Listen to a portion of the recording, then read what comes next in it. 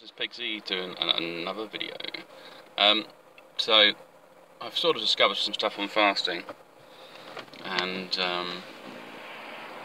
basically your body is quite resilient, and so if you go on a long fast out of the blue, your body might just adapt to it, and so it slows down your metabolism, and there you go, straighten the air out, right? And so to burn calories is a lot more difficult, and if you wanted to reduce your weight and stuff, it would be a lot harder. There's issues with intermittent fasting. If you go intermittent, it probably might take you a day or so to sort of kick in. If you used to switching between the two, then your body gets quite quick to adapt to what you want, and also mentally you're thinking about it. So if you're kind of projecting it at a subconscious level, your eating patterns.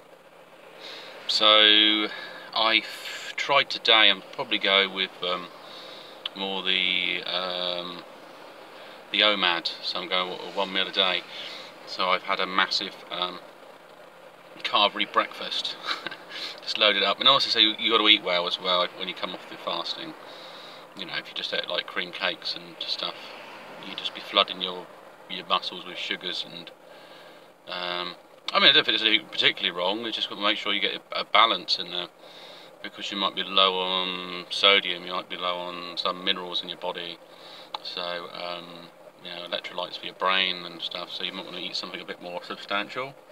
And so I found out with intermittent fasting, the problem there is you might have calorie deficit, and you'll have all you're doing is giving yourself a slower metabolism. Your metabolism will slow down,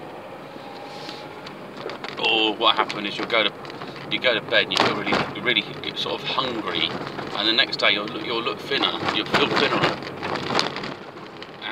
but your body will learn from that. It says, well, we're not going to do that again, so it'll lower your metabolism. So you've got this kind of swings and balances in there, so get it right really, and that can be a bit of a pain in the arse. So yeah, what else has been going on? So yeah, so basically with that, I'll see how it goes, and then see what I feel. If I feel a lot better from it. I don't want to starve myself, but I did see there was stuff where somebody would eat like a hell of a lot when he does eat, and he seemed pretty lean, but I think he was a lean in person anyway. I mean, I'm not a bad weight myself. It's just you know, people say, oh, you're trying to lose weight or something. I said, well, I wouldn't mind being a bit more slimmer. I mean, it's just there's times when I was thinner, basically.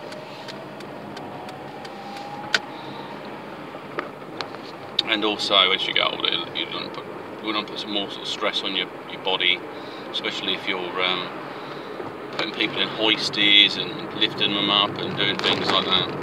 Things where you might have to carry someone's part of their body weight and stretch out and so on. It puts your back at risk. So you always change your techniques.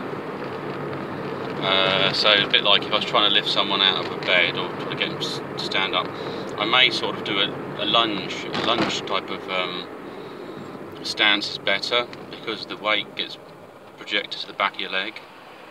Otherwise, if you kind of bend over, you can do kind of horse stance. You do like a slight squat and then pull people up. So you can prepare your back so it's nice and straight, but you get wear and tear. So you just got to start mixing your muscle groups and sets, and see if you can get different results, and changing them, maybe changing between clients and stuff if you're into that, or if you said whatever you might come across. You might have a child that you look after, and you might have to pick them up quite a bit, so you always change your techniques there, and things like that, or just generally lifting weights and stuff like that.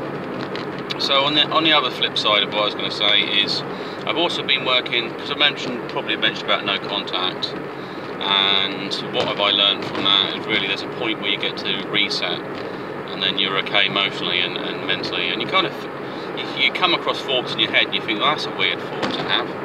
They become alien, so you end up having a disassociated like behaviour or personality. It's for a short period you're kind of like, well, no, I didn't really think like that, but I did, didn't I?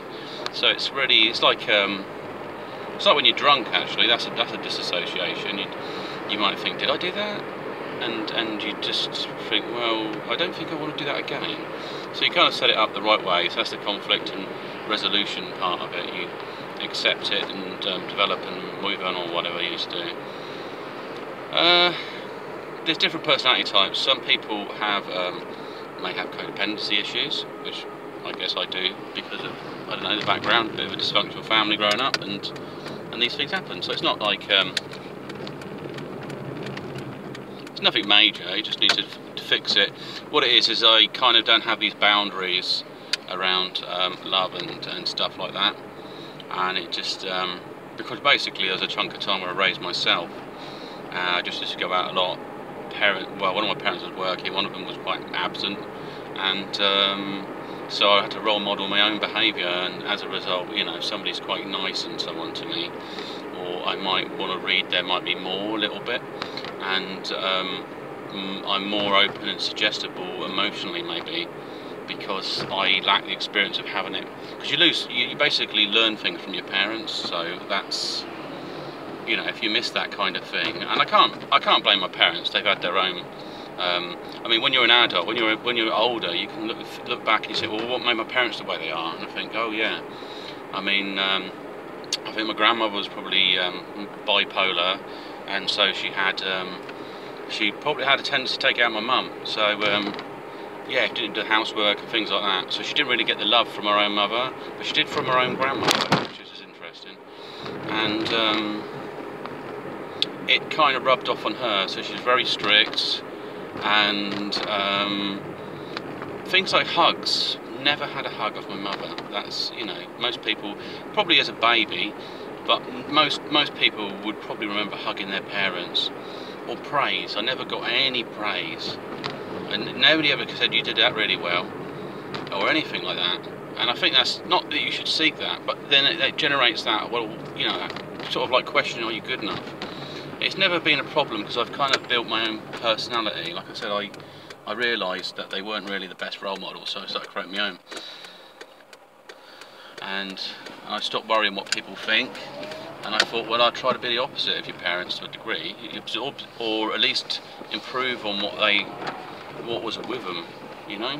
So, like my dad was very into sort of spiritual stuff, but he didn't really research it, so I thought, well, get in there and learn stuff. So that's just one dynamic. I mean, other dynamics, somebody might be very less emotional, but they become very attractive to someone like me because I've experienced in an environment where I had less emotional attachments, so I become more attached easily.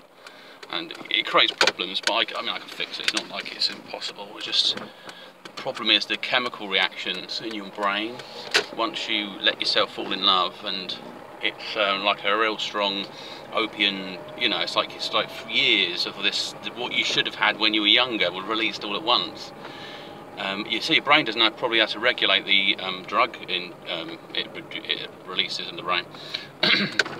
So outside of no contact, leave it. I mean, if you think you're screwed up big time, leave it a good 3 months. And for me, I think I've been sort of working on the letter. And the letter's just going to be like friendly. When you're in the right headspace, it comes across, and then just leave it, because that way you've ended on the most highest note you could. So if you've kind of said, look, you know, I did sort of go a bit OTT, and you kind of make it into a bit of, not a joke, but if you know the person, then you can kind of find the rapport that they would enjoy to read, and it will be sort of have a less sort of destructive impact, because you don't want that kind of thing in it. So being a friend, humour, interests, projecting that in a letter is probably better, and actually meaning it. If you can't be apathetic down it, otherwise it doesn't read well, and then you can sit on the letter, you might never send it, but at least you've actually taken time to sort of working through your own issues indirectly. Kind of mirrors, really. Anyways, just pick this up and speak to you soon.